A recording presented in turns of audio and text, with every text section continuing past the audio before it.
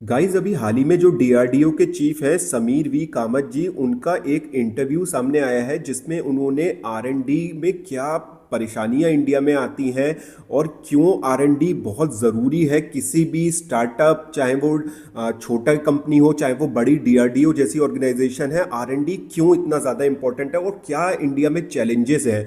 तो इसको लेकर उन्होंने बहुत ही अच्छे कुछ पॉइंट्स रखे हैं, वो मैं आपके सामने भी लाना चाह रहा था। तो उन्होंने सबसे पहले बोला है कि यहाँ पे अगर कोई प्रोजेक्ट फेल होता है तो उसमें अकाउंटेबल ऑफ फेलियर जो है उस पर्सन को ढूंढा जाता है कि वो जो प्रोजेक्ट है वो फेल कैसे हो गया।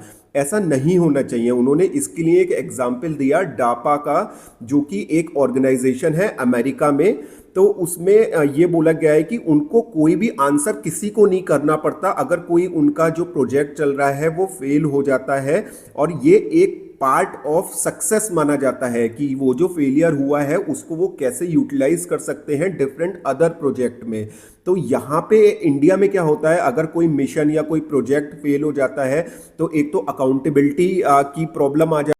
वहीं उसे कैग जो एक ऑडिट फर्म है उसको जवाब देना होता है और पार्लियामेंट को भी जवाब देना होता है कि टैक्स पेयर का पैसे का नुकसान कैसे हुआ। तो उन्होंने जो सबसे बड़ा पॉइंट बोला है कि जो आरएनडी होती है उसको एज अ इन्वेस्टमेंट देखना चाहिए, ना कि एज अ एक्सपेंडिचर। इसके अलावा उन्होंने कहा कि even failed project help to build knowledge and capability. और इसके अलावा उन्होंने एक एग्जाम्पल दिया, जो डार्पा है अमेरिका में, जैसे इंडिया में डीआरडीओ है वहां पे डार्पा है, तो उनके सिर्फ 10 से 15% प्रोजेक्ट का सक्सेस रेट होता है। बाकी उनके प्रोजेक्ट जो है ज़्यादातर फेल हो जाते हैं, बट वो आरएनडी में बहुत ज़्यादा हेल्प करते हैं। इसके अलावा उन्होंने कहा कि जब ऑर्गेनाइजेशन बहुत ज़्यादा बड़ी हो जाती हैं तो वहाँ पे इनोवेशन की कमी बहुत ज़्यादा हो जाती है, क्योंकि जितनी बड़ी ऑर्गेनाइजेशन होगी फिर वहाँ पे ब्यूरोक्रेसी घुस जाती है अंदर।